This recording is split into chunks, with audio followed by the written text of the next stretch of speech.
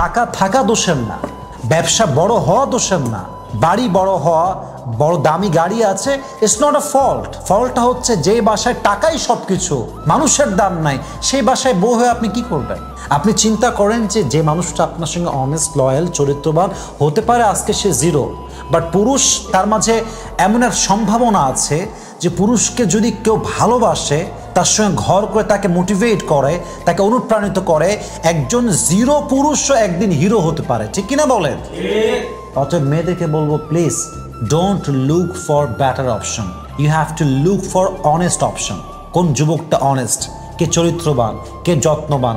অনেক পুরুষ যত্নবান, চরিত্রবান, honest, loyal, but still he is zero. এখনো সে ভালো কিছু করতে পারে নাই। আপনি আপনার বাবাকে দিয়ে কম্পেয়ার করেন, আমার বাবা তো অনেক টাকার মালিক, আমার বাবা এই সে। আপনার বাপকে একদিন করে ফেলছে নাকি এটা? আপনার মতো 25 বছরের মেয়ে তার ঘরে আছে, তার ক্যারিয়ার শুরু হয়েছে প্রায় 30 বছর আগে। সে 30 বছর যাবৎ কাজ করে আজকে এই লেভেলে আসার বয়স হচ্ছে 50, আর আপনি যাকে বিয়ে করবেন তার বয়স মাত্র 25, মাত্র 30। Give him time, support him as much as you can.